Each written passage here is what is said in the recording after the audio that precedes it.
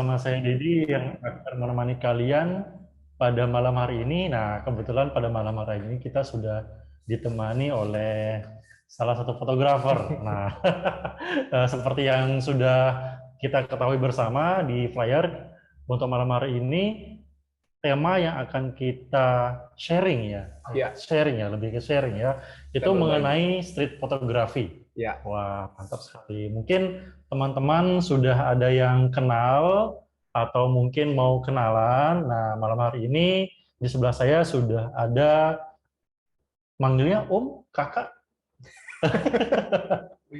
Kalau di wih, kalau di fotografer sih biasanya Om. bebas Oh, aja lah, bebas. boleh Oke. manggil Nah, siapa aja. oke, sekarang kita ditemani oleh Anggara Mahendra, teman-teman. Eh, Seorang Anggara Mahendra yang lebih eh, pecinta ke dunia street fotografi. Ya, Iya. Kenapa lebih ke street fotografi?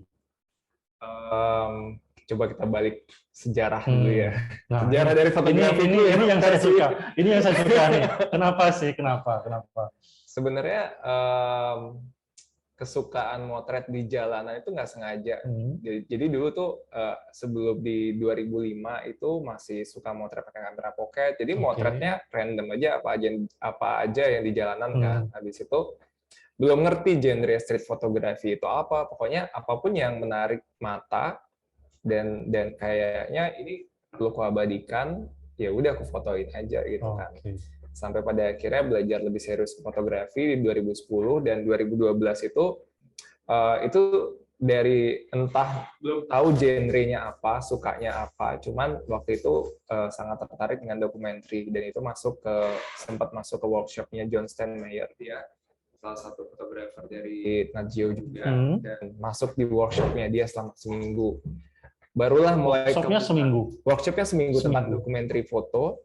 Jadi yang harusnya saya peserta lain bayar 3.000 US tahun Wah, 2012, saya keren dapatnya ya. gratis karena dapat rekomendasi dari editor foto saya Mantap. di media waktu itu.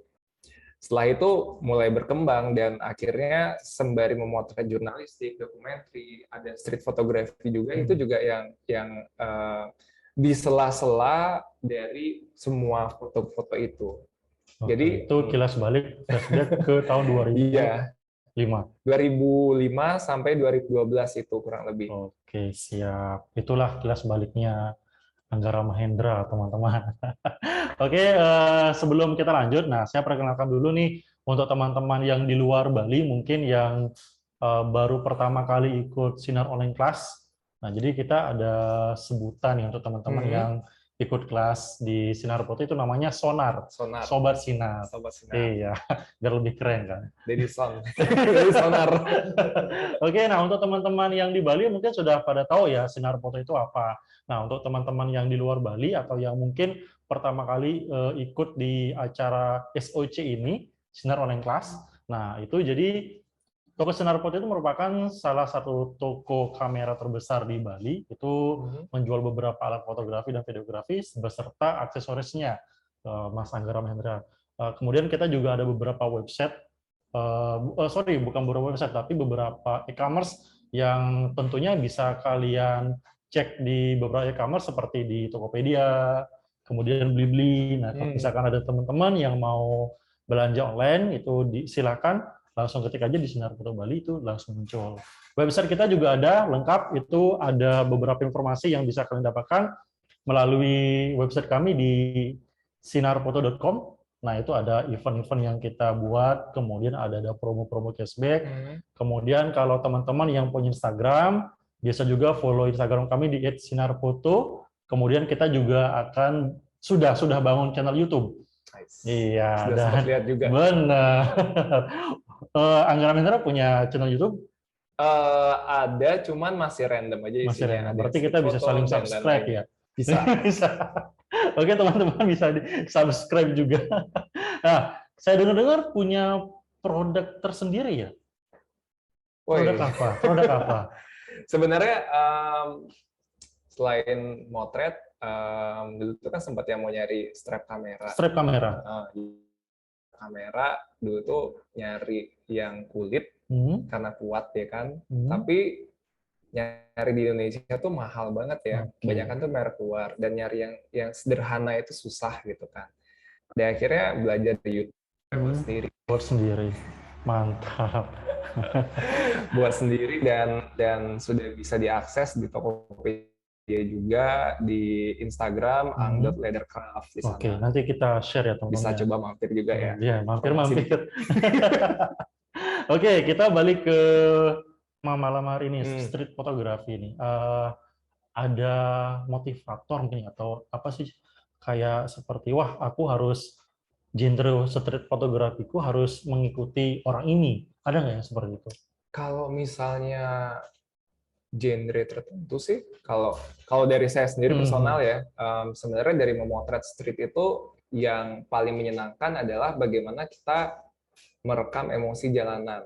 Oke. Jadi kan setiap tempat, bahkan tidak setiap tempat tuh punya emosinya sendiri. Jadi entah si jalanan Gajah Mada, entah di Pasar Badung yang biasa di Denpasar itu paling umum. Jadi semua itu punya mood-nya sendiri, entah kita lagi traveling ke Korea, ke Jepang, atau ke Bandung, Jakarta. Kita pasti akan menangkap sebuah mood dari sebuah tempat, entah respon dari orang-orang di sekitarnya, entah itu baik, buruk, sangat friendly, atau mungkin sangat asing. Dengan street fotografi itu, menurut saya sendiri, itu salah satu cara yang baik ya untuk merefleksikan apa sih yang saya rasakan saat itu. Dan juga itu sebenarnya tidak hanya dari emosi dari jalanan yang kita lihat, tapi sebenarnya refleksi dari emosi kita sendiri. Misalnya kita sedang sedih atau pengen sendirian banget dalam mood meditatif, atau dalam mood apapun kita, semua itu akan terrefleksikan dalam foto. Dan itu akan terrefleksikan juga bagaimana orang-orang yang kamu temui itu merefleksikan dirimu sendiri, emosimu sendiri, dan yang kamu capture pula dalam foto. Dan itu yang menarik dari street fotografi. Nggak ada sesuatu yang aku A banget nih gayanya, aku B banget gayanya. Saya sendiri sebenarnya sangat jarang mengkotak-kotakan diri seperti itu ya. Jadi street fotografi itu yang menikmati aja bagaimana saya berjalan, saya berusaha tidak berekspektasi apa-apa dalam memotret, dan menikmati aja prosesnya.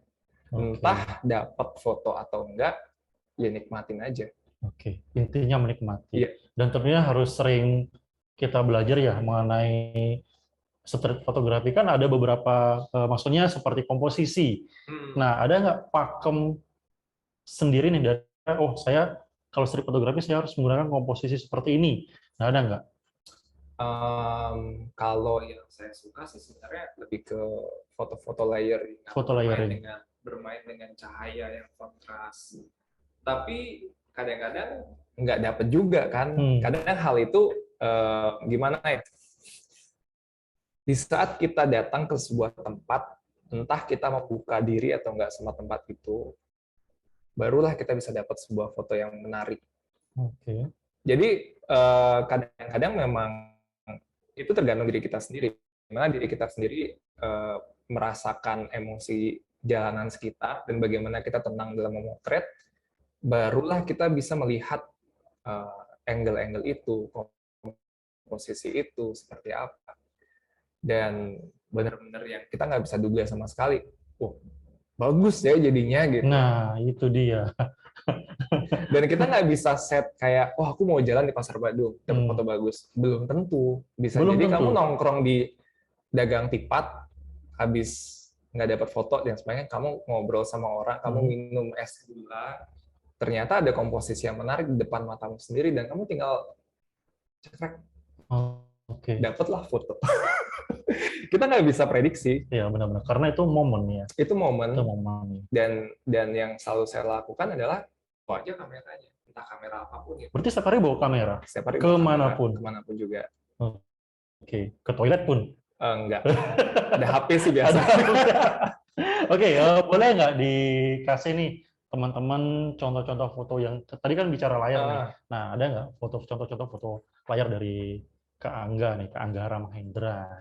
Kita coba share dari foto-fotoku dulu ya. Ini sebenarnya kompilasi dari sekian tahun yang bisa aku temukan karena sampai saat ini sebenarnya masih belum terlalu baik dalam membuat arsip-arsip tentang genre foto apa yang kulakukan, tapi hanya berbasis pada tahun, bulan, tanggal di mana saya memotret, dan ini apa sih yang saya foto. Kalau di ini foto waktu di apa namanya, Kampung Jawa. Kampung Jawa. Kampung Jawa, Jalan Ahmad Yani. Nah, jadi biasanya momen ini saya dapatkan waktu biasanya mau bulan puasa. Jadi satu gang, satu jalan kecil di samping masjid, di sana tuh buka lapak banyak banget untuk jualan lauk pauk untuk buka puasa. Dan ini fotonya tahun 2013 kalau nggak salah. Tahun 2013. Iya, 2013.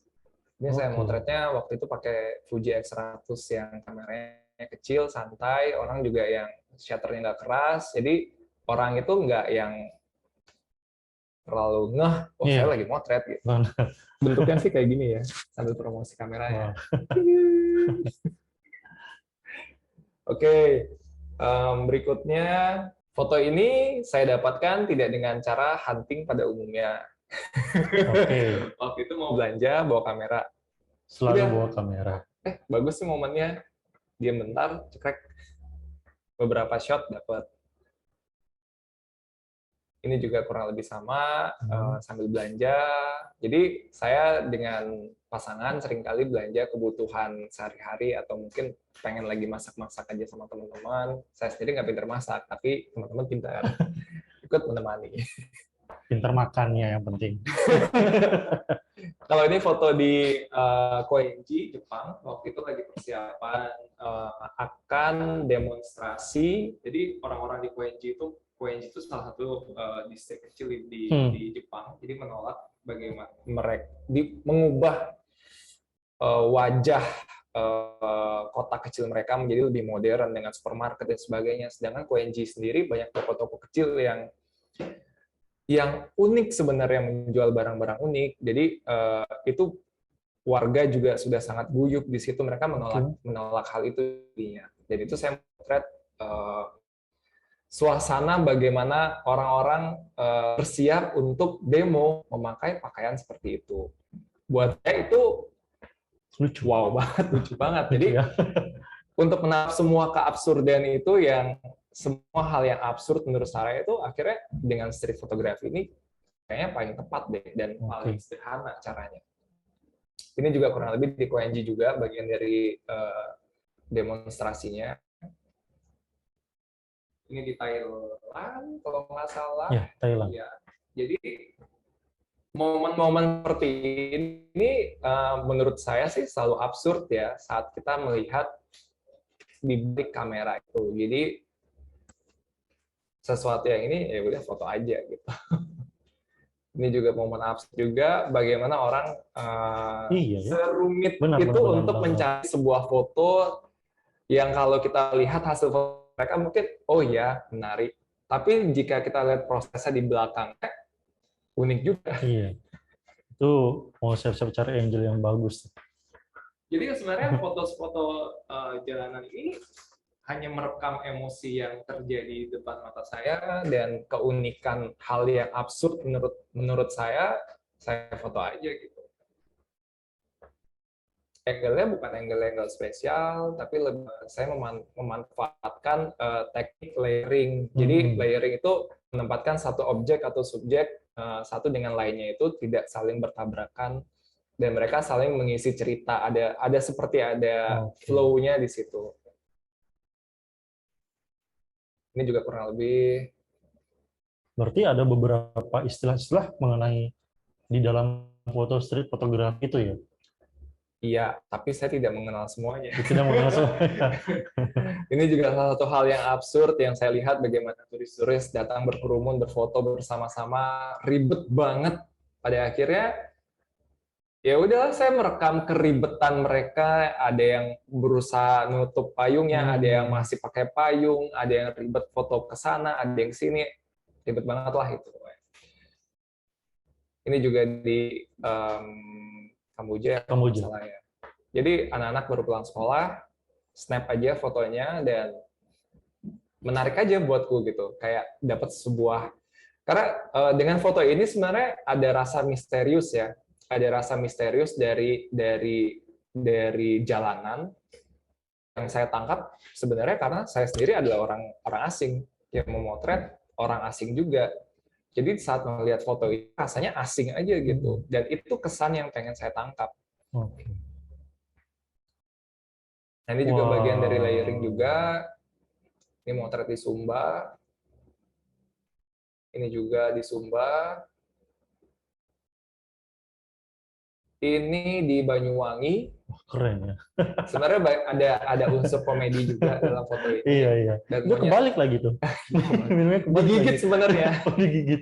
Jadi botolnya digigit, dia minum isinya. Dia nyolong dari turis. Ini di kebun bibinya si pacar. Pasar Badung juga sambil belanja. Jadi ada 3 orang yang lagi tidur dan itu saya pas memotret banget ya. ini. Kenapa angle ini? Karena ada kesamaan bentuk dari 3 orang itu. Iya, sama-sama tidur ya. Sama-sama tidur dengan pose yang berbeda-beda. Tapi kita menemukan benang merahnya itu tidur. Nah, dari biasanya sih saya memakai dalam memotret street, nanti kita bahas juga ada sih, ada beberapa prinsip psikologis yang saya pakai, itu juga dibantu sama teman-teman sih, dapat informasi, oh ada ini teorinya ada nih sebenarnya gitu. Kita nyebutnya Gestalt Principles. Jadi itu teori psikologis tentang bentuk sebenarnya. Oke. Nah, ada nggak waktu yang pas untuk street fotografi? Nah, Tadi kita baru bahas sebenarnya. Iya. Jadi apakah kita harus setiap hari di jalanan nih? Sebenarnya yang menarik dari motret street buat saya itu adalah merekam emosi jalanan. Jadi merekam bagaimana hal-hal absurd yang ada di dunia nyata, tapi saat kita foto itu menjadi hal yang absurd. Itu yang pengen saya tampilkan dalam fotografi street. Nggak ada waktu yang tepat pada akhirnya. Kamu bisa pagi, siang, sore, malam, bawa kamera, dan momen itu kita nggak akan tahu kapan datangnya atau kapan pas kita. Seringkali kadang kita melihat dengan mata biasa dan kita nggak bawa kamera. Yang kita foto akhirnya pakai handphone. Ya nggak. Jadi apapun sebenarnya siap-siap aja lah gitu. Kita nggak punya waktu khusus untuk memotret, nggak ada sih. Nah, berbicara mengenai street fotografi, tadi kan aku udah lihat nih beberapa foto-foto yang ditunjukin. Nah, ketika kita street fotografi dan itu ada objek orang lah, nah apakah kita izin terlebih dahulu atau sekedar lewat, oh ada momen unik, kita jepret foto? Kalau saya sendiri, saya nggak minta izin. Nggak minta izin? Iya. Kenapa? Memotret di ruang publik sebenarnya kita nggak perlu minta izin, asal orang itu tidak keberatan. Mungkin bisa jadi ada momen ya saat kita motret orang itu nggak datengin kita dan tadi ada motret saya ya, tolong hapus dong. Misalnya ada yang seperti itu, ya kita harus menghormati dia juga dengan menghapus fotonya gitu. Pernah nggak terjadi? Belum pernah. Belum pernah. Jadi absurdnya gini. Ini teknik yang saya dapat dari John Steinmeyer. John Steinmeyer itu guru saya yang saya bilang itu, dia memotret dokumenter story foto. Waktu dia motret, ada subjek depan, laki-laki berdua lagi di ritual. Saya ingat banget 2012 kita motret ritual bersamaan. Dia lagi pelukan sesama saudaranya lah ya, kayak nonton sebuah pementasan calon arang kalau nggak salah waktu itu. Dia foto, orangnya ketawa dong, wah, di foto gaya kayak gitu kan. Dia terus posenya seperti ini, pose seperti ini sampai si subjek itu ngerasa bosen. Kok diapain sih nih? Di foto nggak sih? Akhirnya cuek orangnya. Di saat itulah dia dapat emosi yang sebenarnya. Jadi kadang-kadang itu satu triknya. Terus yang kedua, saya seringkali motret tuh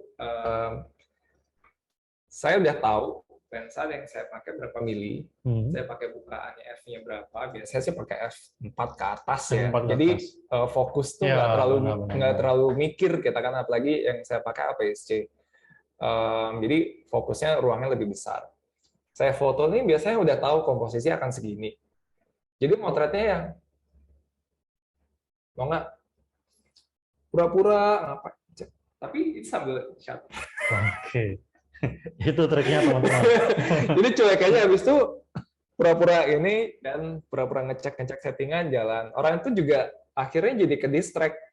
Dia foto siapa sih? Kadang mungkin dia ngelihat sebelahnya atau siapa gitu. Iya ya, benar. Atau kayak, tapi kita balik lagi set. Oke. Iya. Benar. Ya itu triknya sih salah satunya. Yang sering dipakai. Ya. perlu nanti kita terapkan itu nanti.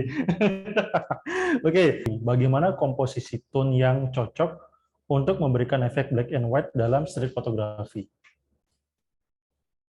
Kalau black and white kan spesifik ya ke warna ya. Kalau gimana ya? Kalau buat saya sendiri sih warna itu sangat personal. Jadi kita nggak bisa bilang black and white ini ala street photographer. Tapi ada yang bilang juga kalau misalkan menggunakan tone black and white itu lebih dramatis. Tergantung komposisi. Sebenarnya gini, dulu sempat workshop bareng Francesco Zizola, dia itu fotografer dari Nur Photo Agency dari Amsterdam. Jadi salah satu fotografer yang satu level dengan John Steinmeier lah. Foto black and white itu justru lebih susah ketimbang foto warna. Kenapa? Karena di saat memotret black and white, kamu hanya akan melihat hitam, putih, dan abu-abu dan bentuk. Pada akhirnya akan jadi bentuk di situ. Kalau komposisinya tidak baik, foto itu black and white itu akan berantakan langsung. Kita nggak akan tahu fokusnya mau kemana sih foto ini. Langsung segitunya. Jadi bukan masalah tone black and white yang seperti apa, tapi di saat kamu motret black and white, apakah fotomu itu sudah punya bentuk yang baik atau enggak? Nah, trik dari Francesco Zizola waktu itu, dia fotografer dokumenter ya. Jadi street fotografi ini tidak mesti harus orang yang sangat street banget nih kamu ngajak diskusi, tapi sebenarnya dari genre apapun mereka punya pola pikirnya sendiri, dan street fotografi ini hanya salah satu bentuknya aja kok. Dia bisa dipakai di dokumenter, bisa jurnalistik, bisa foto-fotonya. Ini hanya salah satu pendekatannya aja. Dan foto itu dibalik 180 derajat, kamu tidak akan melihat cerita dari foto itu, tapi hanya akan melihat bentuk. Di saat kamu balik 180 derajat, foto itu masih kelihatan bagus nggak? Kalau masih, kemungkinan besar masih bisa dipakai untuk black and white. Bagus juga. Oke. Apakah street fotografi harus tentang interaksi orang di jalanan? Apakah bisa tanpa orang atau subjek? Bisa ya? Seperti foto awal. Karena belum ya. Ada satu foto yang saya sendiri nggak mau thread ini ya. Kalau buat saya sendiri ini masih merekam dari emosi jalanan juga. Jadi saya suka banget menggabungkan dua hal atau beberapa hal untuk jadi hal yang absurd juga. Jadi ngelihat dua banner ini, imajinasinya akhirnya muncul. Wah iya ya. Foto ya, gitu. Iya, dua ini nggak ada orangnya. Iya benar. Dan juga mungkin juga bisa ada contohnya kayak gini juga. Ini waktu travel, saya ke toilet di minimarket,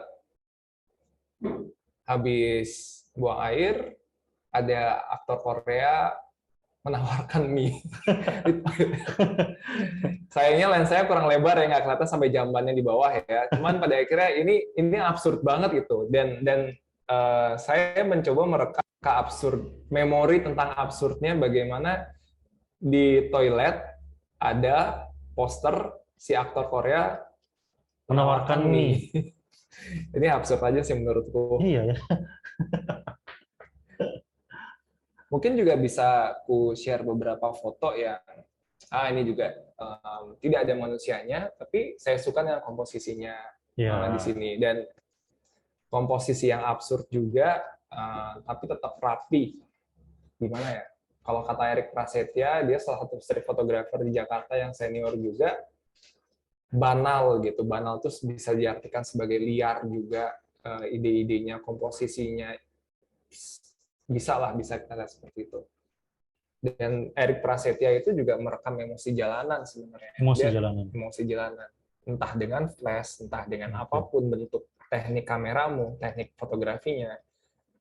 Intinya adalah itu, apa sih yang kamu rekam dalam memotret gitu. Oke, coba di-share kembali foto-fotonya. Kita lihat dulu, penasaran saya nih.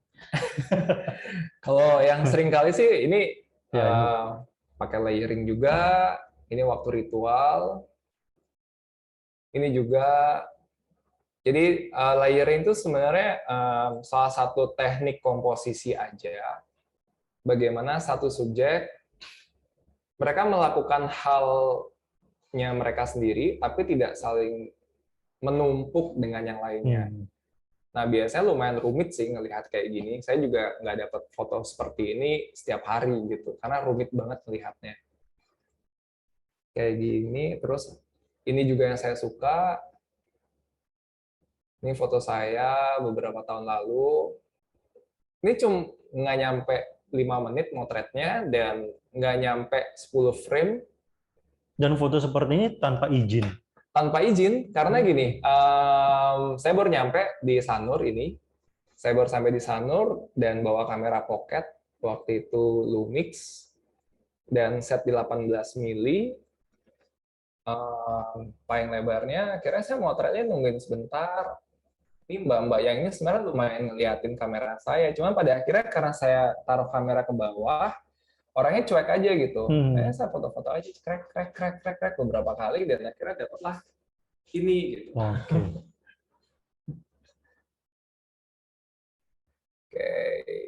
Sorry. Apalagi ya yang kita share. Kalau untuk teknik layering sebenarnya bukan hal yang umum ya. Kalau kita kembali ke beberapa ratus tahun lalu, dalam lukisan-lukisan Bali atau lukisan-lukisan Eropa pun sebenarnya sudah pakai teknik layer seperti ini komposisinya. Jadi layering dalam street photography itu sebenarnya kita juga bisa belajar melihat lukisan-lukisan lama. Lukisan Bali tempo dulu seperti ini, terus lukisan wayang, komposisinya itu sangat baik. Mereka bisa menempatkan subjek-subjeknya juga dengan tepat di situ. Dan mereka dinamis, punya ceritanya masing-masing gitu. Jadi mempelajari fotografi itu nggak mesti kok, sama orang street aja, ngobrol sama seniman bisa. Jadi namanya juga inspirasi kan. Benar. Nah, ada kesamaan nggak antara foto street fotografi dan jurnalistik? Ibaratnya gimana ya, jurnalistik itu kan kita bisa bilang dia payung besar. Dia jurnalistik itu juga ada dokumenterinya juga, untuk ada feature story. Feature story itu untuk yang foto-foto cerita dengan narasi. Jurnalistik itu juga bisa foto-foto news yang tampilan sehari-hari. Street photography bisa menjadi foto jurnalistik atau foto dokumenter asal kita punya narasi yang tepat. Dan bentuk, sebenarnya street photography itu hanya salah satu bentuk dari bagaimana kita memotret aja. Sama seperti foto potret. Nah, itu juga salah satu bentuk dari style foto gitu kan. Jadi foto potret pun bisa disusun menjadi foto feature story juga. Street photography pun bisa menjadi feature story juga gitu. Dan waktu itu saya juga pakai apa ya?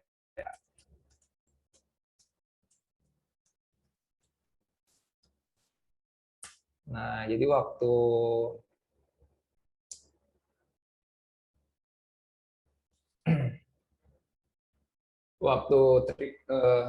Korea, jadi saya juga masukkan dalam keren. koran. Dulu waktu itu kerja juga di sini. Jadi motret aja street dengan pendekatan street fotografi, saya memotret perjalanan dan saya jadikan sebuah artikel di sini.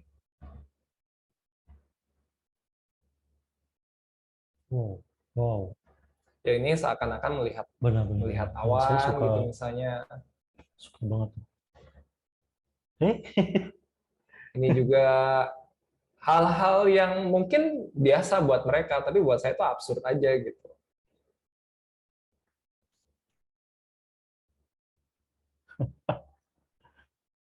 Oke. Ini juga kalau foto-foto seperti ini kan bisa dibilang pendekatannya street photography, tapi bisa jadi feature story dan tulisan travel.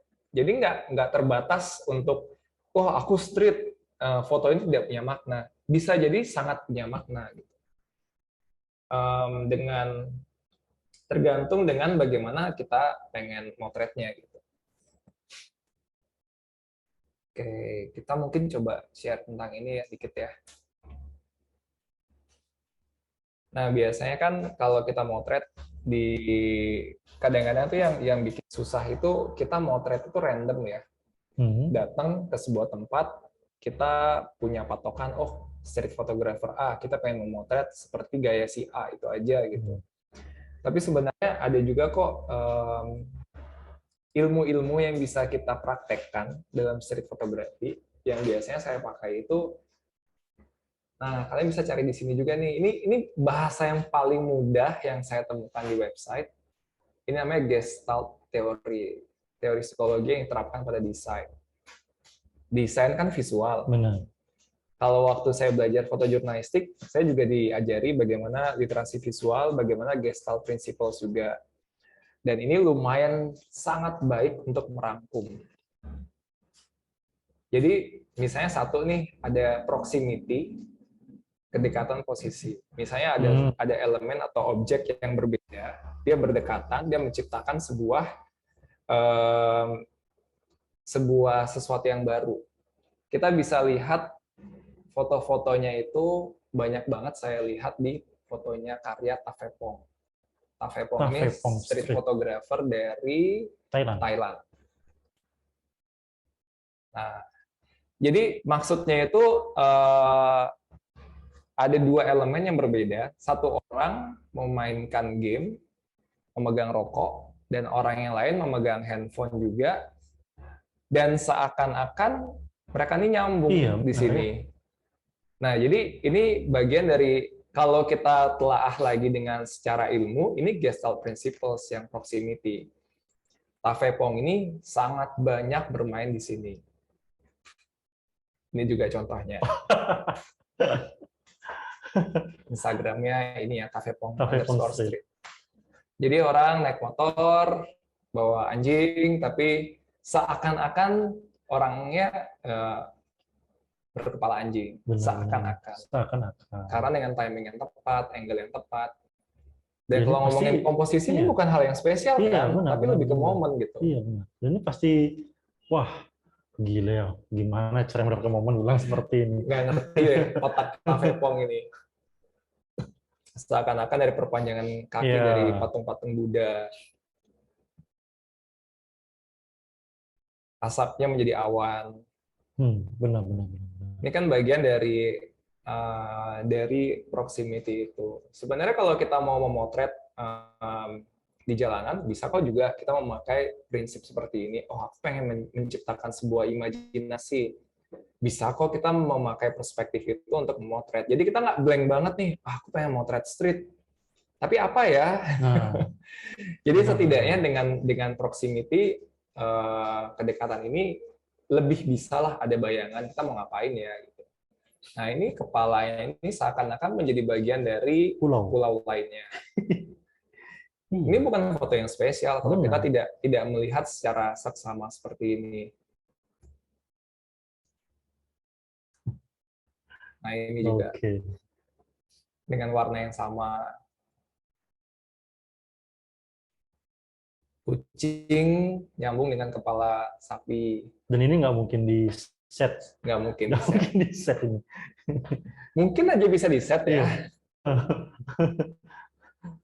Ini juga, ini salah satu bagian dari gedung, dan ini disambung-sambungin banget agar seakan-akan dia nyambung di sana.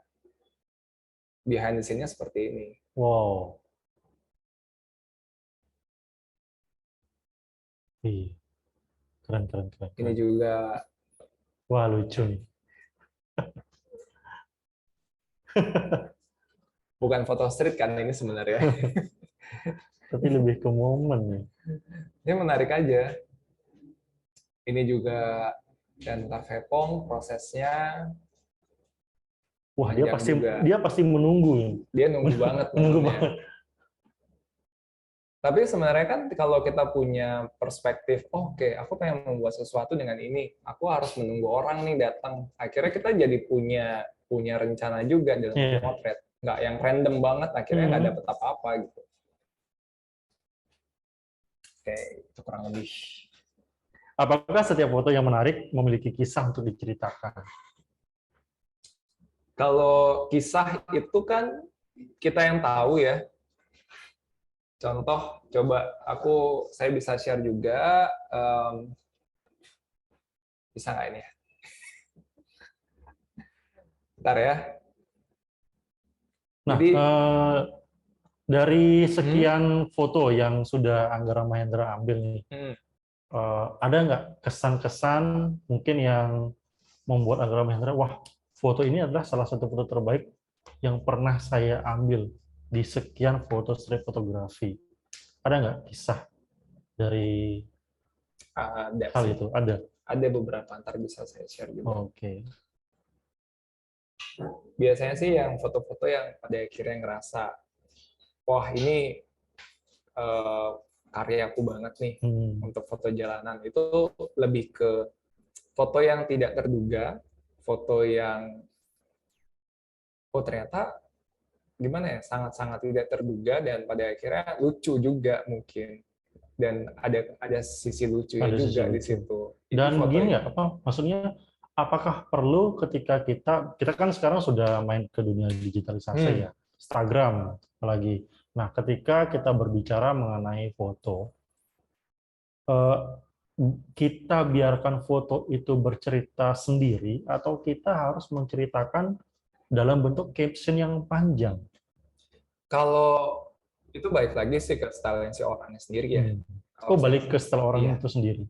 Kalau kayak tadi contohnya Tavepong, dia tidak menceritakan itu. Ada teman-teman street photographer lain juga tidak menceritakan itu banyak. Kalau saya sendiri, saya lebih suka memotret cerita dengan pendekatan apapun. Jadi street itu salah satunya. Seringkali saya ceritakan gitu. Kan biasanya ada nih yang foto street misalkan diupload di Instagram, kemudian menceritakan kisah-kisah, caption mengenai foto yang diambil pada momen seperti itu. Oke.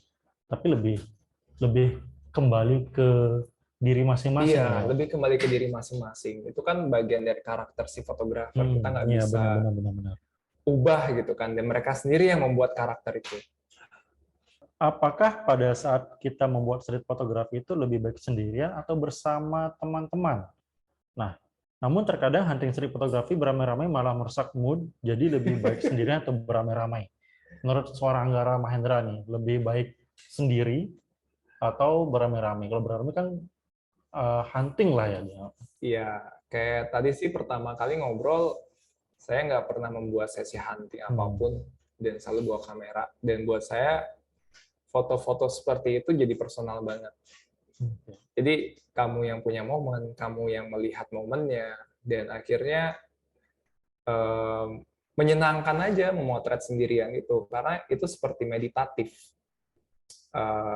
Kamu berinteraksi dengan dirimu sendiri, dengan kamera, dan benar-benar menjadi dirimu sendiri, apa adanya gitu, nggak ada tekanan dari orang lain. Kadang-kadang kalau sesi hunting itu ya, sadar atau nggak sadar, kita tuh merasakan kompetisi. Oke. Dan Apalagi saya juga, saat momen upload ya. Benar. Iya nggak?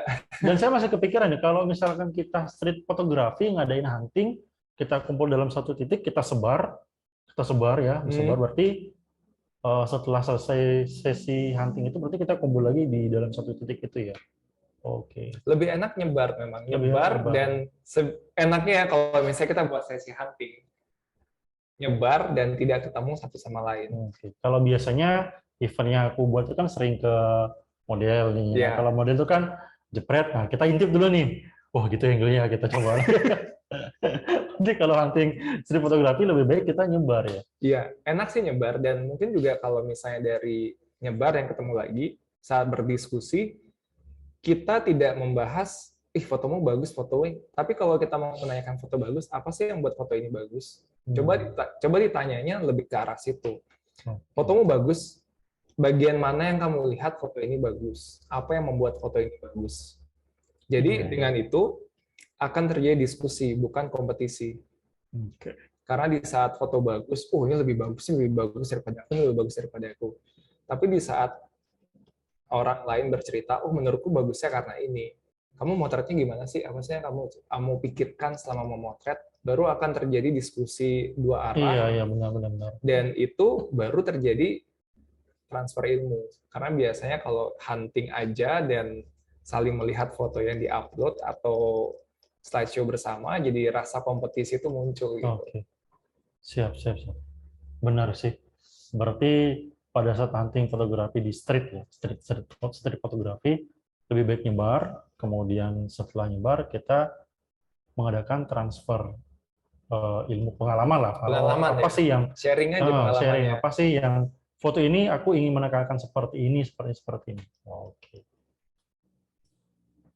Oh iya, untuk yang biasanya kalau waktu motret seringkali saya masih di Gestalt Principles ini, salah satunya itu yang pertama kan ada proximity, yang kedua ini ada similarity, yang ketiga ada closure atau penutupan bentuk. Misalnya kayak ini, kita melihat bentuk panda, tapi sebenarnya ini hanyalah garis-garis hitam kan sebenarnya. Iya, benar. Nah, itu juga salah satunya. Bisa jadi kita melihat bayangan-bayangan tertentu dan kita foto, itu menjadi bentuk lain. Gitu. Similarity ini bisa saya contohkan dengan foto saya yang ini.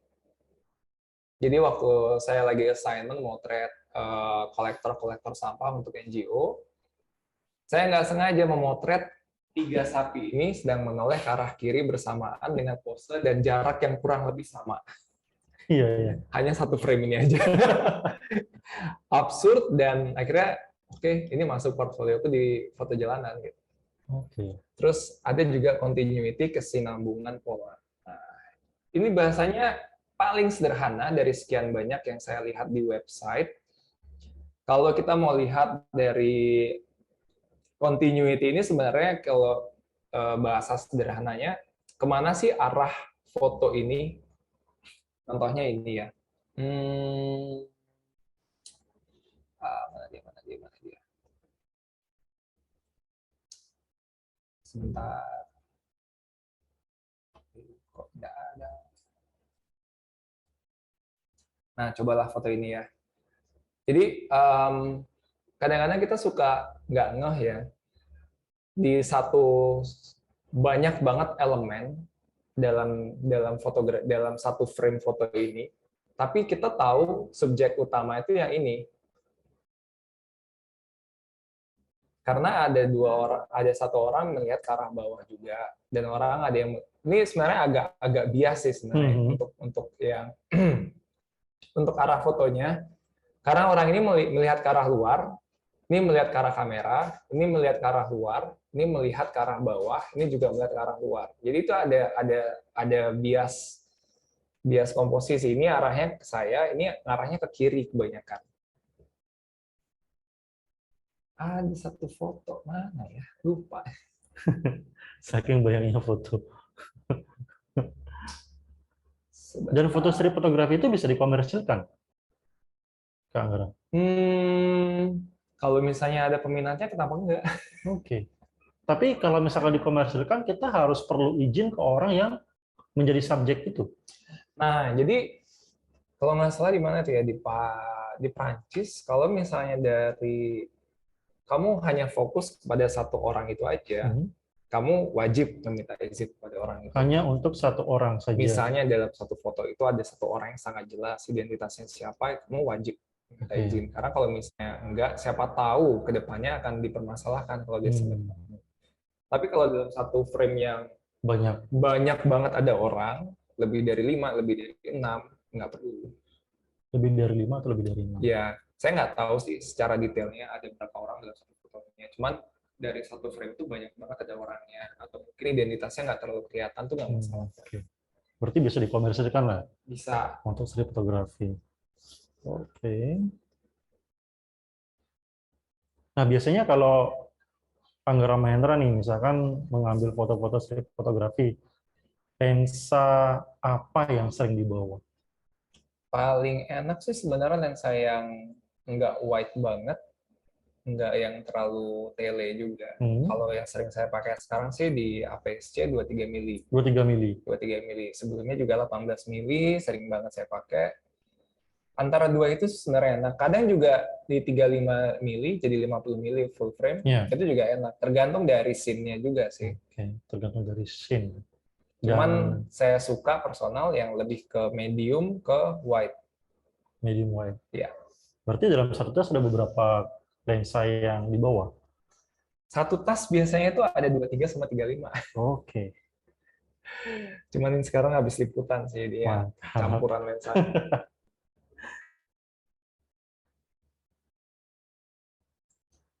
Tadi juga ada foto, mungkin bisa share juga, ini bagian dari foto similarity. Nah, ini juga salah satu foto yang saya foto tahun yang pertama tadi, itu buat saya tuh unik banget, karena saya motret di Jogja, dan momen ini nggak terduga saya dapatkan waktu lagi motret, ternyata orang yang di seberangnya itu berpose yang sama-sama mengacakkan pinggang seperti itu. Jadi dalam teori Gestalt Principles ini adalah similarity, kesamaan bentuk. Bentuknya si ibu ini kurang lebih persis dengan bentuknya si bapak ini. Dan dibingkai dalam satu frame kubahnya ini. Iya ya. Nah, foto-foto seperti ini di setting nggak? Nggak. Sama sekali tidak di setting? Sama sekali nggak di setting. Jadi di saat motret street itu, kepuasan tertingginya adalah kamu mendapatkan sebuah frame yang menarik. Benar. Dalam perspektifmu. Seperti ini.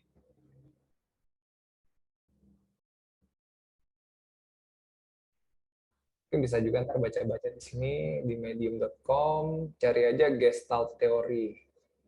Gestalt Theory. Ini paling mudah lah diterapkan. Nah, ini untuk teman-teman nih yang punya atau lebih hobi ke street fotografi, mungkin bisa membaca dulu ya di Gestalt. Apa namanya tadi? Medium.com. Medium.com. Terus cari Gestalt Theory. Sebagai acuan kalau kita misalkan mau ke tempat-tempat yang mendukung untuk street fotografi, itu bisa dijadikan acuan.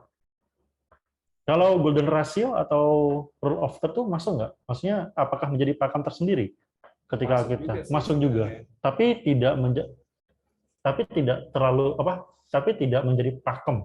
Kalau buat saya sendiri nggak jadi pakem. Nggak jadi pakem. Kalau dapat ya pas kebetulan momen dan semuanya mendukung, kamu foto dapat ya itu hadiah. Okay. Kalau enggak, cari lagi. Jadi memang saat memotret, ekspektasi itu sangat direndahkan. Karena di saat kita memotret dengan ekspektasi yang tinggi, kita jadi tergesa-gesa, kita jadi apa ya, kita nggak santai. Dan saat kita nggak santai, kita terlalu ambisius, biasanya itu fotonya nggak akan tidak menyenangkan gitu. Dan proses dalam memotretnya pun tidak menyenangkan. Jadi nikmatin aja sebenarnya prosesnya. Dan justru gini, saya juga punya satu grup isinya banyak anak-anak street fotografi yang dulu sempat membuat satu website namanya setwalkers.asia. Sekarang sudah nggak ada. Ayo teman-teman. Jadi menarik banget, foto-foto itu semua dikurasi, foto-foto dikurasi, dan itu fotonya sangat-sangat menarik dari kurasi-kurasinya mereka. Tapi saat kita bahas di grup WhatsApp dan sebagainya, itu jarang banget ngebahas teknis dan sebagainya, malah bercanda aja pada kita. Mungkin bisa di full screen ini ya? Kayak foto ini. Oke.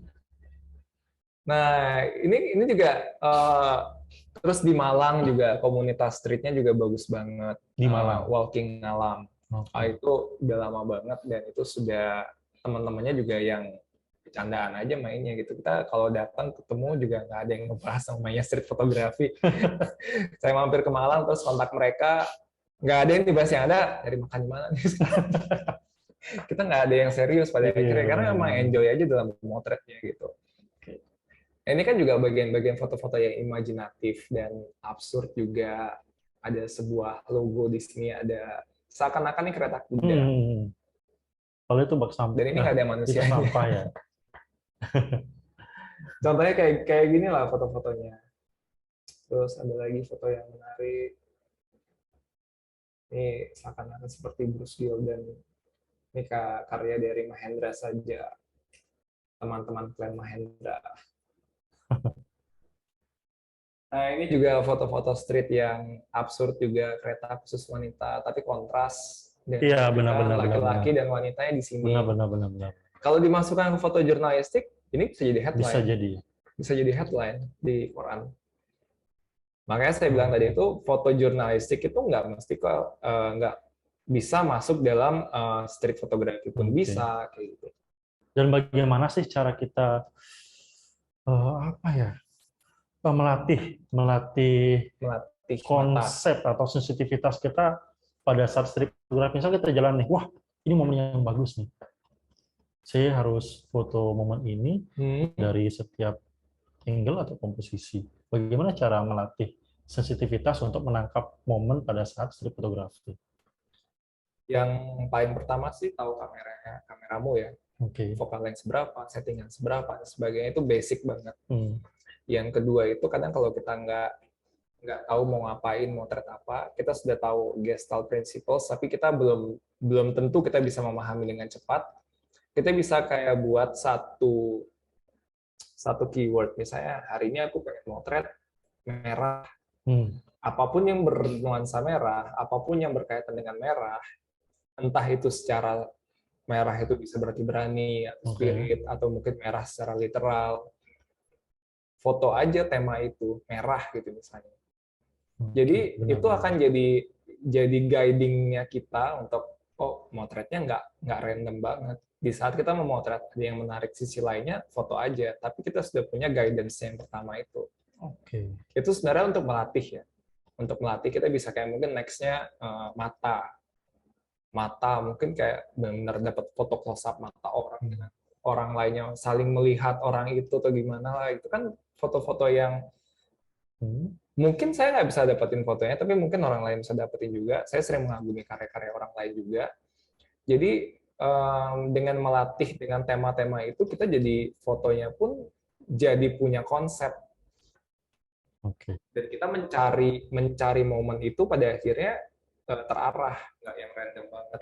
Wah, shadow bagus, lari ke sana lagi. Wah, ini bagus. Wah, hasilnya bagus. Pada akhirnya kita nggak mau motret apa-apa. Gitu. Saya kita mau motret tema tertentu, kaki orang kita liatin terus, kaki. Pada akhirnya punya sebuah tema yang kalau kita kumpulkan lagi, kita lihat lagi, kita latih terus, bisa jadi foto ini akan jadi unik.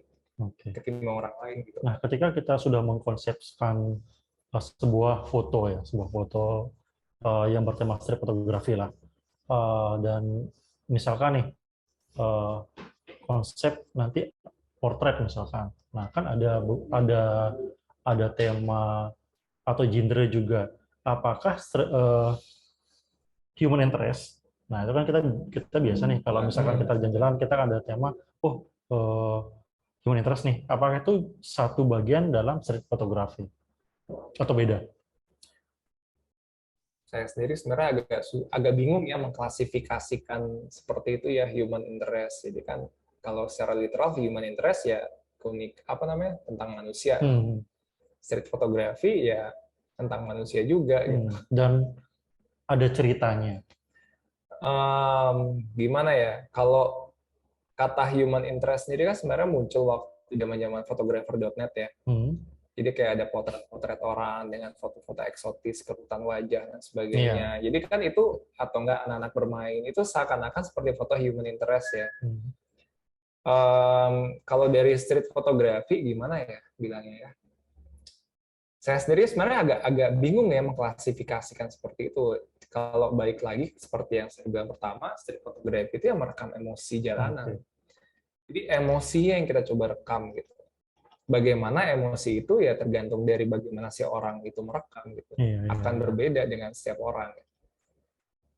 Nah, dari foto-foto Anggra Mahendra yang ambil nih, pasti ada namanya proses editing. Ya, ada berapa persentase editing yang ada di foto yang sering diambil? Sedikit banget sih. Sedikit banget. Berarti cuma naikin kontras, highlight, kontras, level, clarity, highlight, shadow, basic sih sebenarnya. Basic banget, kalau untuk warna tergantung dari kameranya pada akhirnya. Kalau misalnya dulu waktu masih pakai Nikon, pakai color profile apa, atau nggak Adobe RGB-nya. Kalau yang sekarang sih lebih banyak karena pakai Fuji, saya makainya yang di classic chrome-nya. Saya biasa pakainya. Ada Nikon, ada Lumix yang pernah dicoba, dan ada Fuji. Ada Olympus juga. Ada Olympus juga. Oke, dari semua kamera yang pernah dicoba, yang paling enak lah menurut Anggra Mahendra untuk street fotografi, kamera merek apa? Sebenarnya bukan merek ya, lebih ke ukuran. Ukuran? Iya. Oke. Yang paling enak sebenarnya Lumix LX100, Lumix LX100. kecil. Oke, tapi pocketable, rusak menggunakan fleksibelnya. Buat ganti mahal. Alasannya absurd ya. Akhirnya ya udah kamera yang punya aja. Fuji film. Iya, Fuji. Dan itu bisa dibeli di Sinar Foto. Iya. Ini juga servisnya dulu di Sinar Foto. Ganti atasnya. Apa hasil foto street fotografi bisa dikategorikan ke abstrak? Maksudnya, kita jepret foto, publikasi, kemudian kita biarkan para audiens yang menafsirkan maksud foto itu apa menurut versi mereka. Bisa aja kok. Bisa aja ya. Iya. Dan menarik banget sih itu pertanyaannya. Saya boleh share nggak foto karya salah satu orang yang buat saya ini, dia tidak menyebut dirinya sebagai street photographer, tapi buat saya fotonya itu menyenangkan banget dan lucu. Dan mungkin buat sebagian orang ini bisa dibilang sebagai street photography. Mungkin bisa di-share ya. Tolong dibantu di-share. Oke, share screen. Share screen. Ya, ini karya dari Martin Parr. Jadi kalau ngomongin foto abstrak, di bagaimana orang merepresentasikan lagi, bebaslah kalian melihat foto ini mau akan seperti apa gitu. Dia membuat tema besarnya adalah global tourism, the impact of the tourism industry around the world. Foto-fotonya seperti ini. Buat saya ini street banget ya, karena ada unsur komedi, ada absurdnya juga. Seperti ini.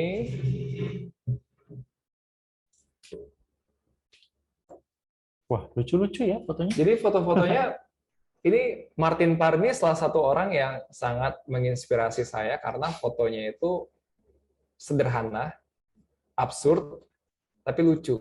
Tapi juga punya cerita yang kuat di sana. Oke. Wah, keren. Ini juga salah satunya. Coba share screen satu lagi. Ini bagian dari similarity. Dan ada juga layering. Jadi teknik-teknik yang tadi itu bisa dipakai dalam satu frame juga. Oke. Kayak gini. Ini jadi salah satu panutan lah. Salah satu panutan dari Anggra Mahendra. Ada lambang salib di tembok yang disakralkan. Ada lambang salib yang di tempat. Ini tempat sampah ya. Oke. Jadi yang menarik adalah bagaimana cara dia melihat jalanan itu, emosinya. Dan ini turis-turis tentang global tourism kan. Seperti ini juga. Entah kenapa foto ini selalu membuat saya tertarik yang tipe-tipe seperti ini. Oke deh. Mantap. Oke, kadang opini kita dan orang lain akan satu foto kan berbeda nih Kak. Nah, bagaimana caranya nyatuin opini-opini tersebut biar bisa jadi satu makna yang cocok untuk foto tersebut? Kalau kayak gitu kan ada satu quote yang bilang the author is dead. Di saat kita membagikan foto itu ke orang yang lebih banyak lagi, sebenarnya foto itu bisa dimulti interpretasi oleh banyak orang. Bisa jadi orang itu menganggap foto ini sangat bagus, sangat mengharukan. Ada yang bisa bilang foto ini pelecehan. Ada yang bisa bilang foto ini mungkin biasa aja. Sebenarnya itu multi interpretasi karena orang nggak tahu apa yang terjadi di situ sebenarnya. Kalau kita pengen dengan cara itu, pengen menyatukan opini, ya salah satu cara terbaik adalah dengan caption. Apa sih yang pengen kamu ceritakan dalam foto itu? Kamu ceritakan di situ. Dan caption itu nggak mesti kamu menyebutkan apa yang ada di dalam foto itu. Bisa jadi apa yang kamu pikirkan dalam memotret itu. Karena kita sulit juga ya menyamakan opini ya. Sangat sulit ya. Karena foto dengan narasi yang sudah jelas pun biasanya orang punya tetap interpretasi yang berbeda. Setidaknya kamu bisa membatasi imajinasi orang dengan cara caption itu. Nah, ini juga sebenarnya salah satu cara untuk menangkal hoax kan. Seringkali foto-foto yang tersebar itu nggak ada informasi jelas, kamu cuma copy paste dari internet, berikan narasi yang berbeda, sebenarnya bukan foto itu ceritanya. Dan itu kan juga bagian dari menangkal hoax. Benar. Dan satu foto itu kalau dilihat oleh beberapa orang bisa beda pengertian. Bisa beda pengertian. Oke, kita lanjut share foto yang tadi. Kita share foto apa sekarang? Mungkin juga saya bisa share tentang siapa sih yang saya suka di fotografi lagi. Salah satu yang saya suka adalah fotografer dari Magnum lagi. Magnum. Kalian bisa coba lihat-lihat websitenya di invisiblephotographer.asia. Ini sangat aktif di tahun 2012-an, cuma sekarang nggak tahu ya. Udah lama banget nggak ngecek. Salah satu fotografer yang saya suka banget dan filosofinya juga saya suka saat dia memotret di jalanan untuk assignment dokumenter pun dia mempergunakan fotografi sebagai medium meditatif. Dan ini salah satu karya dia, Ragurai. Wow.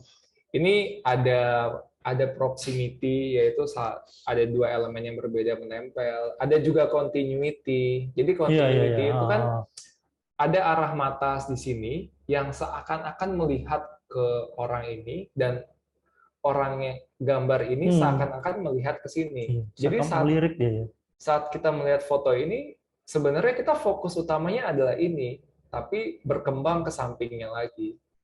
Dan secara bentuk garis pun ini ada garis imajiner seperti kurva. Ini pun kalau fotonya dibalik akan tetap bagus ya. Beneran ini. Ini Ragurai. Dan dia motretnya dari zaman film sampai sekarang. Ini dia motret pakai kamera apa sih namanya itu panoramik untuk layer di India.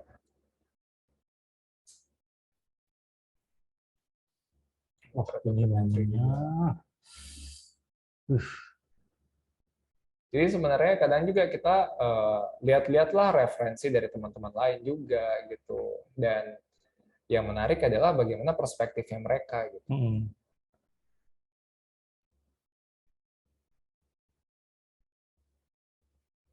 Dan foto-foto street juga sebenarnya kayak framing ini kan sangat standar ya.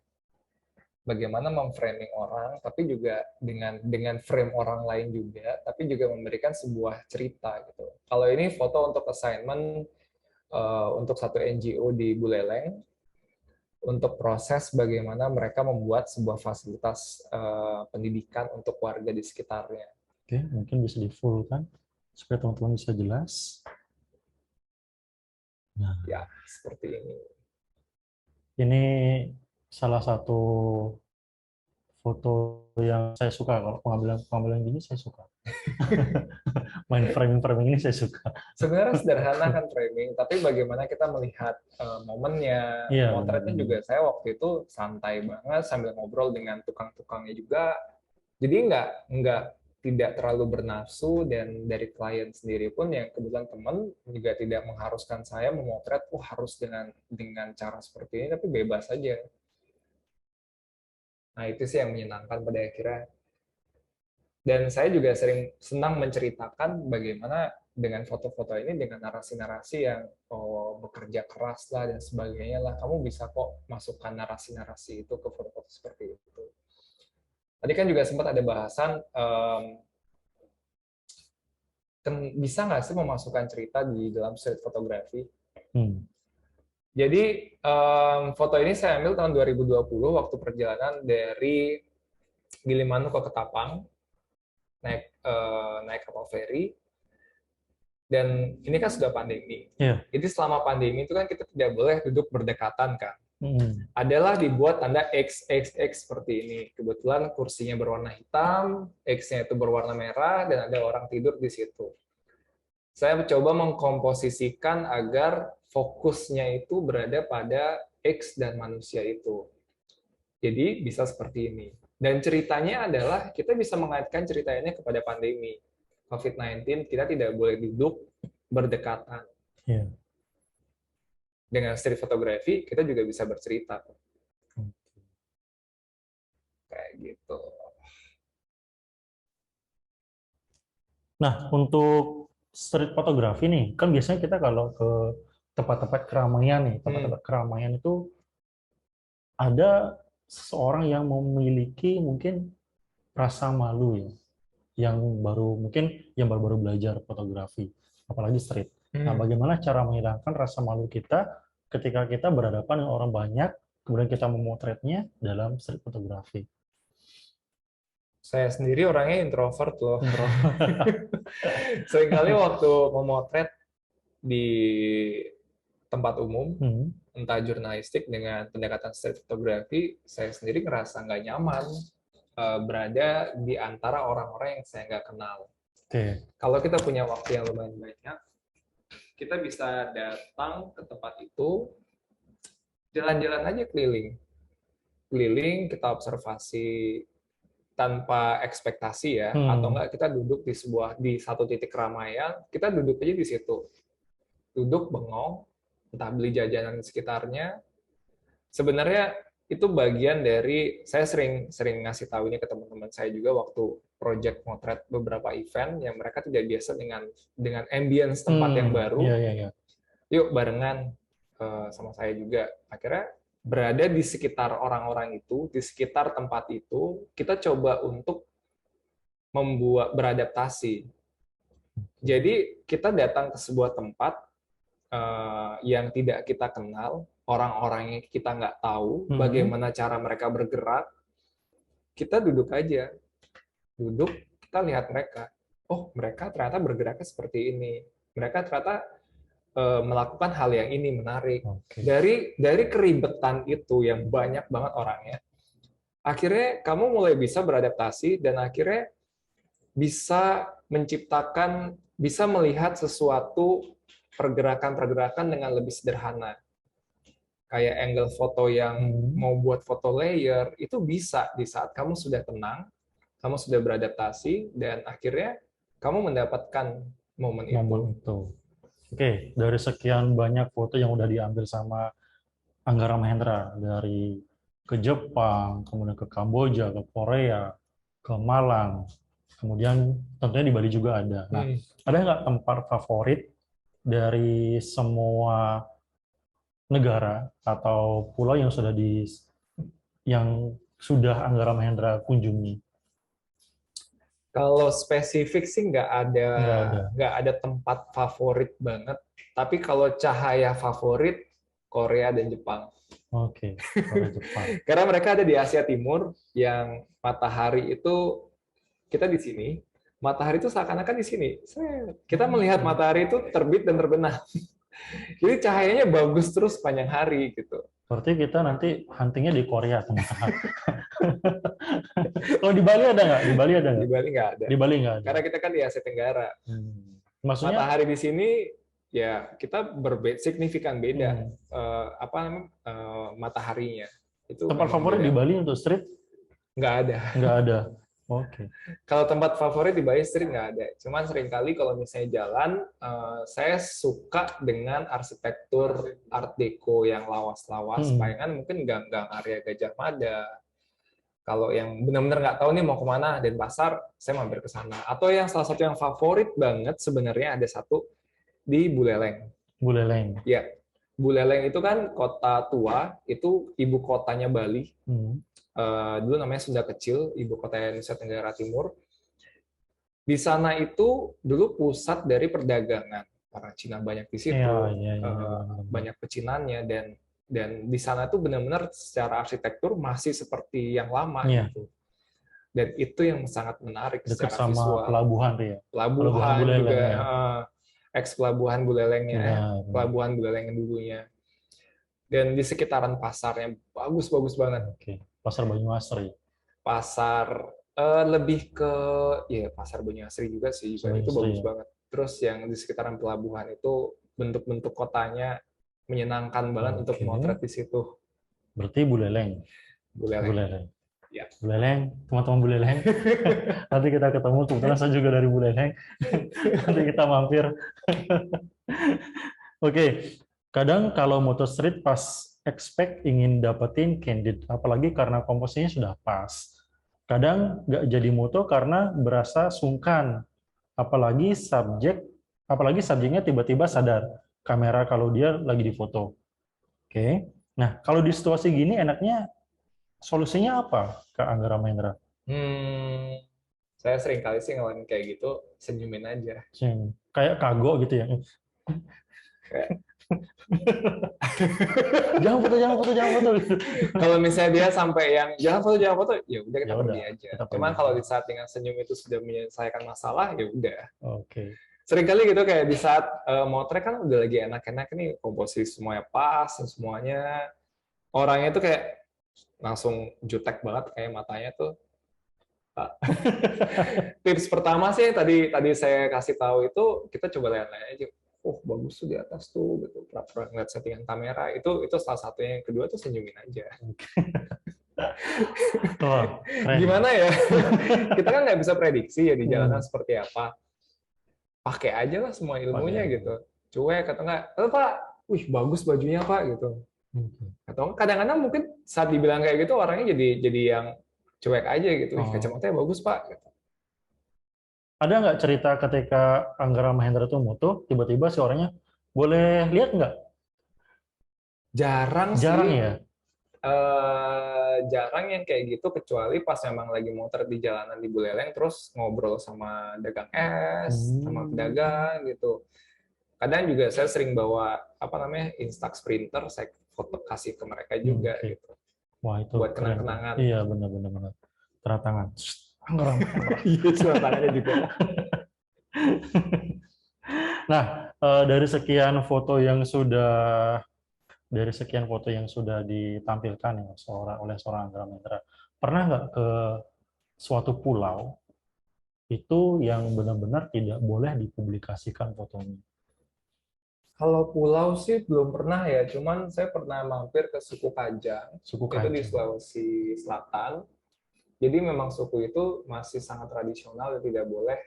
Mereka minim sekali modernisasi, bahkan motret tidak boleh, entah karena apa masalahnya. Saya waktu itu kebetulan datang berbarengan dengan tim dari puskesmas yang pengen memberikan imunisasi ke anak-anak bayi di sana. Akhirnya barenglah masuk sama mereka. Saya memotret beberapa aktivitas yang kegiatan puskesmas itu dan beberapa suasana desa, tapi tidak saya publish sama sekali. Bahkan satu pun nggak ada saya publish, kecuali yang bagian di luar yang memang diperbolehkan. Memang diperbolehkan hanya di bagian luarnya saja. Dan itu saya nggak publish karena saya bisa share seperti ini karena saya masih menyimpan foto itu dan saya nggak publish, saya juga merasa tidak berdosa seperti itu. Dan untuk memotret ketua adatnya saya nggak memotret sama sekali karena memang tidak boleh, hanya suasana desa untuk kenang-kenangan saya pribadi aja dan saya tidak publish sama sekali. Lebih ke etika sih pada akhirnya. Benar. Di satu tempat yang tidak memperbolehkan dan kita bisa memotret karena kamu mendapatkan privilege tertentu, datang dengan orang khusus atau gimana, tapi saya coba meminimalisir dampak negatif yang dihasilkan nanti dengan cara saya nggak publish. Iya, benar. Mungkin orang pengen melihat bisa offline, kayak gitu. Cuman nggak akan saya publish. Gitu. Pernah ke suku Baduy? Belum. Pernah. Sepertinya keren. Pernah, kalau ke suku Baduy mungkin lebih pengen saya punya kenalan di situ dulu, diperkenalkan dengan teman, jadi nggak datang sebagai orang yang asing aja. Karena kalau datang ke sebuah tempat yang seperti itu, lebih baik sih ada kenalan ya. Jadi tinggal di situ pun sebagai kalau nggak salah sih mereka suku Baduy, kalaupun mau tinggal nggak boleh kalau nggak salah ya. Nggak ngerti juga sih, cuman lebih enak sih ada teman yang dikenal gitu. Iya. Kamu bisa mendapatkan informasi lebih. Benar. Sebenarnya lebih ke situ sih, informasi lebih tentang desa itu seperti apa. Nggak hanya dianggap sebagai turis. Karena dilihat sebagai turis itu juga kadang-kadang menyenangkan, kadang nggak juga gitu. Seringkali kayak pernah kejadian di Sumba, datang ke sebuah desa adat, dilihat hanya sebagai turis, seringkali banyak yang mereka meminta uang gitu kan. Foto minta uang gitu. Tapi saat ngobrol lebih dekat dengan mereka, justru pada akhirnya makan bersama di rumah mereka. Iya, itu kan.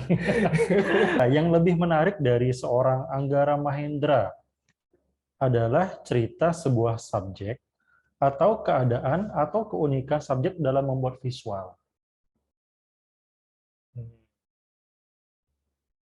Gimana ya? Mungkin dalam prosesnya keunikan itu karena saya tahu apa yang mau saya foto dan mau saya ceritakan. Kayak kalaupun di street photography saya tulisan caption juga karena saya tahu saya memotret dengan tujuan itu. Jadi kenapa saya seperti itu? Itu dulu ada satu editor foto saya di Jakarta Post bilang foto itu punya nilai seni kalau kamu tahu tujuan mau memotret apa. Jadi di saat tujuan saya memotret untuk menceritakan A, untuk menceritakan B, saya jadi punya alasan lebih dalam foto itu. Dan itu yang saya coba gali dan saya ceritakan. Entah subjek, entah tempat, entah angle-angle foto, itu semua pada akhirnya bermuara dari situ. Oke, nah tadi kan saya sangat sering tadi mendengar kata absurd. Kenapa? Jangan nanti ke Anggara Mahendra nanti identik dengan kata absurd nanti. Apa ya kalau dari KBBI absurd itu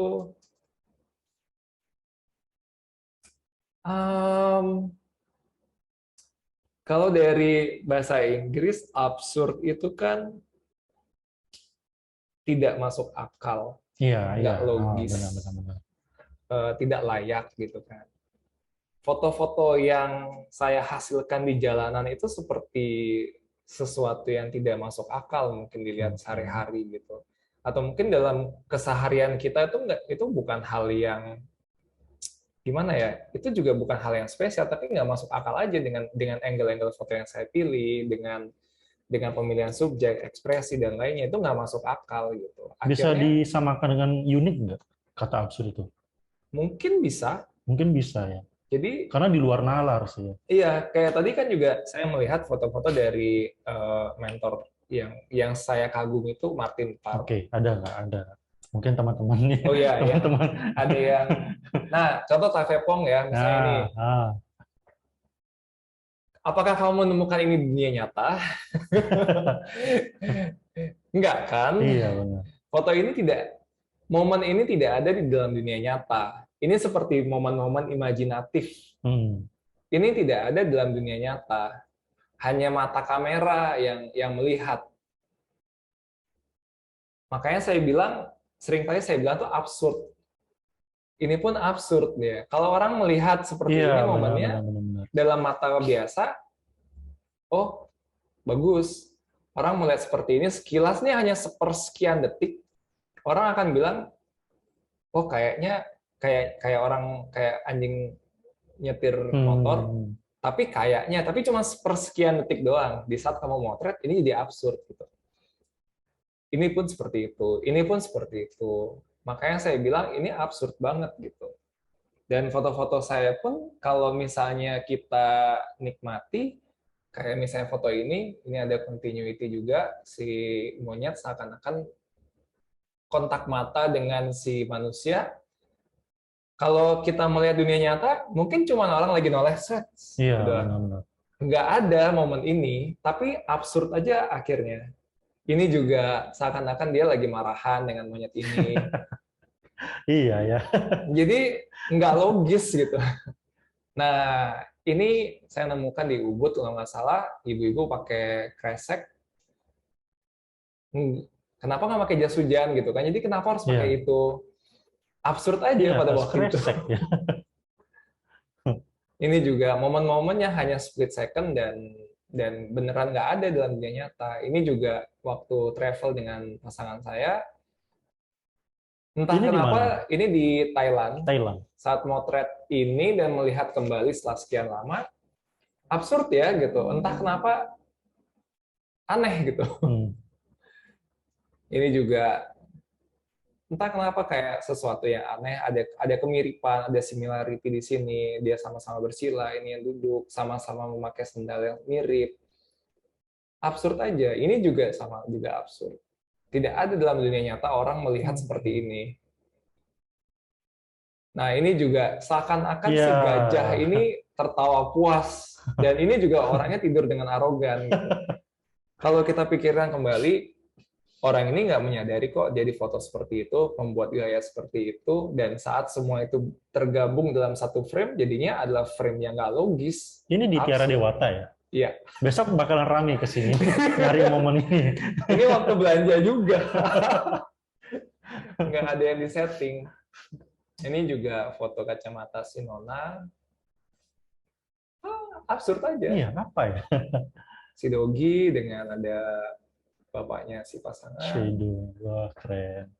Ini juga bebek Ini bedugul ya? bedugul.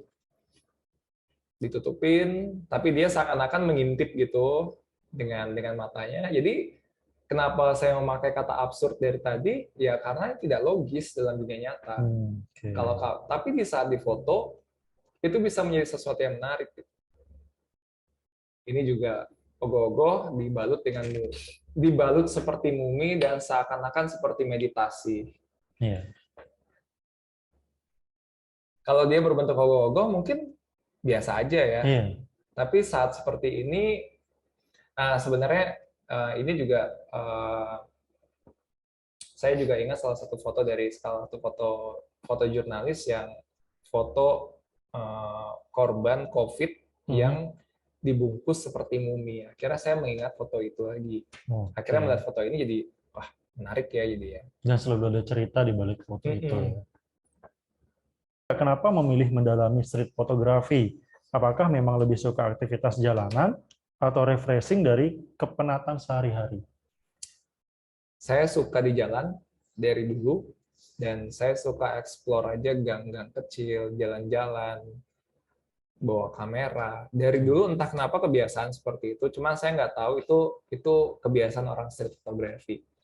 Di saat saya tahu, akhirnya memang sudah terjadi. Oke. Dan profesi saya juga selain fotografer, saya juga memotret untuk media juga. Untuk media juga. Untuk media. Jadi street photography itu sebenarnya salah satu cara untuk yang baik untuk latihan. Kita mengobservasi momen, kita melihat perspektif yang berbeda dengan street photography. Kadang-kadang tuh kita bisa dapat inspirasi baru dari memotret jalanan. Dengan tidak berekspektasi di jalanan itu, kita juga meditatif. Jadi banyak hal yang saya dapatkan dengan memotret di jalanan itu. Dan itu menjadi pertanyaan terakhir. besok saya akan ke pasar langsung. Belanja aja ya.